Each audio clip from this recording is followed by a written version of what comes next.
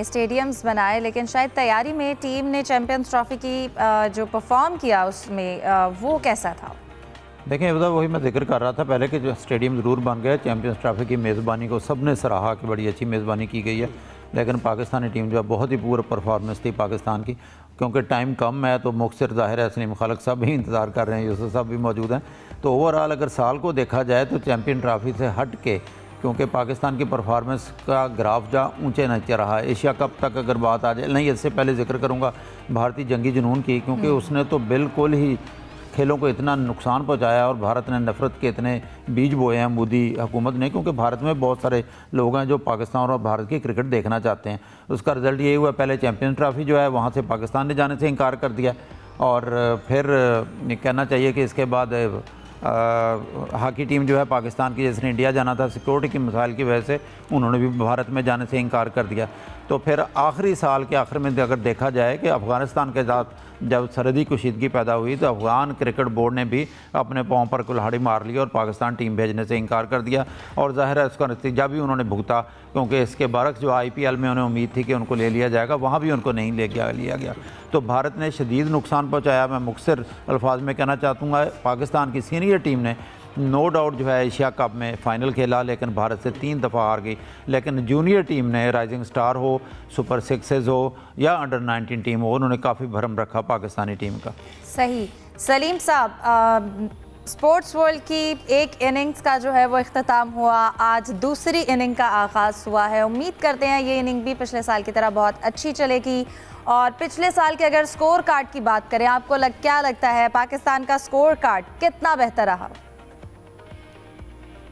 पहले तो सबको मुबारक कि 1 साल मुकम्मल हो गया। यकीन माने पता ही नहीं चला कि 1 साल हो चुका है, और आपका भी बड़ा कंट्रीब्यूशन है इसमें, और माशाल्लाह आपके सवाल भी अच्छे होते हैं। अमूमन ऐसा होता है कि किसी एक एंकर को बिठा देते हैं, खातून को, गुड लुकिंग होने की वजह से, लेकिन आपको तो नॉलेज भी काफ़ी है गेम की, तो अच्छे सवाल हुए, मज़ा आता है। इसके अलावा हम लोग तारीफ़ पे थोड़ी सी हम लोग कम करते हैं और तनकीद ज़्यादा करते हैं। तो मैं आपको बताता चलूँ, जैसे जाहिर साहब ने बोला, अयाज खान साहब का बहुत बड़ा कंट्रीब्यूशन, नदीम साहब हैं और एजाजुल हक साहब, जिन्होंने फिर ये इस चीज़ को सबको अप्रूवल दी हुआ, तो इस वजह से हुआ। जाहिद साहब, यूसुफ साहब, सबका खैर। अब हम कौमी टीम की तरफ आते हैं कि कौमी टीम की परफॉर्मेंस ग्राउंड से बाहर अगर हम देखें ना, क्रिकेट बोर्ड ने बड़े काम किए, चाहे वो स्टेडियम्स बनाना हो, मेज़बानी। सबसे बड़ा हमारे लिए जो कामयाबी थी वो ये थी कि इंडिया जो अपने आप को बहुत बड़ा तुरम खान समझता था, उसको हम लोगों ने बता दिया उसका कि भाई तुम इतने बड़ी चीज़ हो नहीं। जिस तरह से हम लोग अब जा नहीं रहे वहाँ पर भी, और न्यूट्रल वेन्यू पर हो रहा है, सारा कुछ चल रहा है। इसके अलावा आकिब जावेद के ऊपर बहुत तनकीद की है, लेकिन आकिब जावेद का यहाँ क्रेडिट भी बनता है कि जो उनका काम था जूनियर लेवल पे, जब उनको वहाँ मौका मिला तो हमें नज़र आ रहा है कि हमारी एमर्जिंग टीम हो, अंडर 19 हो, वो जो भी टीम हो, उसकी परफॉर्मेंस अच्छी है। मोहसिन नकवी जब से चेयरमैन बने, तनकीद भी उनके ऊपर हुई कि डबल काम नहीं कर सकते, लेकिन अगर इसका पॉजिटिव हम पहलू देखें तो वो ये रहा कि एक रेड टेप बीच में से हट गई।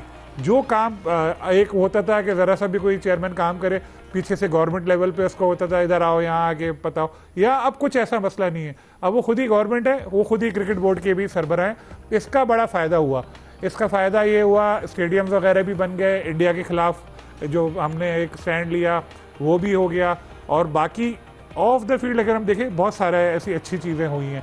फील्ड में हमारी परफॉर्मेंस मिली जुली रही, और इसका ये ज़ाहिर है कि हमारी टीम के ऊपर ही जाता है कि भाई वो उस तरह से खेल नहीं पाया जिस तरह खेलना चाहिए था। लेकिन सलमान अब आहिस्ता आहिस्ता सेट हो रहे हैं, लेकिन जो फैसले इस बोर्ड में हुए वो आसान नहीं था, जैसे सलमान को कैप्टन बनाना, फिर रिजवान को, बाबर को बाहर करना। अब तो खैर वापस आ गए हैं बाबर, लेकिन काफ़ी सारी ऐसी चीज़ें हुई। अब नज़र आ रहा है कि टीम की भी एक शेप बनने लगी है।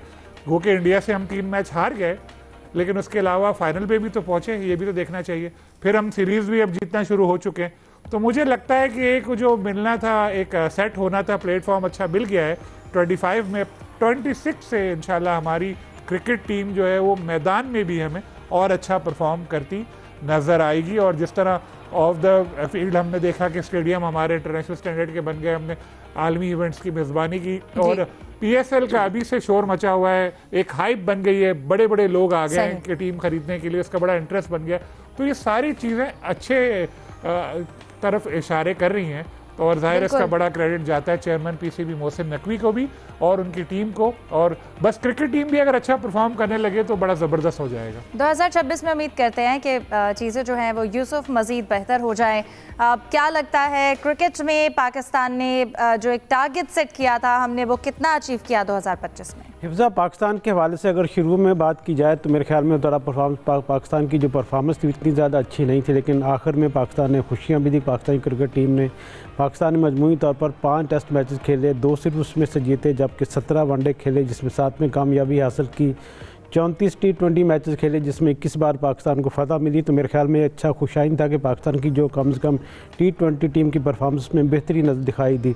ठीक है, उसमें कप्तानी के हवाले से कुछ इश्यूज़ हुए, फिटनेस के मसाइल भी सामने आए और ख़ास तौर पर क्योंकि वर्ल्ड कप खेलना, हमें उसके हवाले से पाकिस्तान को अब मज़ीद नए प्लान के साथ अपनी तैयारियां करनी होगी। और वर्ल्ड कप के साथ साथ पाकिस्तान को मेरे ख्याल में जो आने वाले जो वनडेज़ और टेस्ट मैचेस में भी अभी परफॉर्मेंस को बेहतर बनाने की ज़रूरत है। पाकिस्तान ने इस साल 2026 में 13 टेस्ट मैचेस खेलने हैं, जबकि 18 वनडे में T20 मैचेस भी उन्होंने खेलने हैं। वर्ल्ड कप के लिए भी उन्होंने अपनी सारी वो चीज़ें देखनी है। तो मेरे ख्याल में जिस तरह पाकिस्तान ने इख्तिताम किया पाकिस्तान की टीम ने 2025 का, मेरे ख्याल में वो अच्छा रहा। और इसी तरह पाकिस्तान की टीम को अपनी परफॉर्मेंस मज़ीद बेहतरी लाने की ज़रूरत है, क्योंकि आपको पता है कि क्रिकेट पूरी कौम को यूनाइट करती है, खुशियाँ देती है। तो मेरे ख्याल में इससे बेहतर मौका हमारे पास कोई नहीं होता कि हम अपना कामयाबी का जश्न मनाएं, पूरी कौम को खुशियाँ मिलें। तो पाकिस्तान टीम से हम तवक्कुआत करते हैं कि पाकिस्तान की परफॉर्मेंस जो उसका पहला चैलेंज है T20 वर्ल्ड कप, इसमें अच्छी परफॉर्मेंस देगी। और ख़ास तौर पर नज़रें होंगी सबकी 15 तारीख को इंडिया के साथ होने वाले मैच में, क्योंकि T20 एशिया कप में जैसा पहले भी जायद साहब ने जिक्र किया गया 3 बार में आमना सामना हुआ, इंडिया के साथ हमें कामयाबी नहीं मिली। अब तवक्कुआत हैं, पूरी कौम को उम्मीद है कि पाकिस्तान की टीम 15 फरवरी को यकीनी तौर पर इंडिया को हराने में भी कामयाब होगी और पाकिस्तान के लिए एक नए साल का बड़े अच्छे तरीके से आगाज़ भी होगा। वो बिल्कुल जाहिद साहब, उम्मीद करते हैं कि इस साल भारत जो है वो खेल को मज़ीद हथियार ना बनाए। 2025 में हमने देखा भारत ने किस तरह से खेल का जो स्पिरिट है उसको तबाह किया और एक हथियार के तौर पर क्रिकेट को इस्तेमाल किया और जहां जहां इशू क्रिएट कर सकता था वो किया।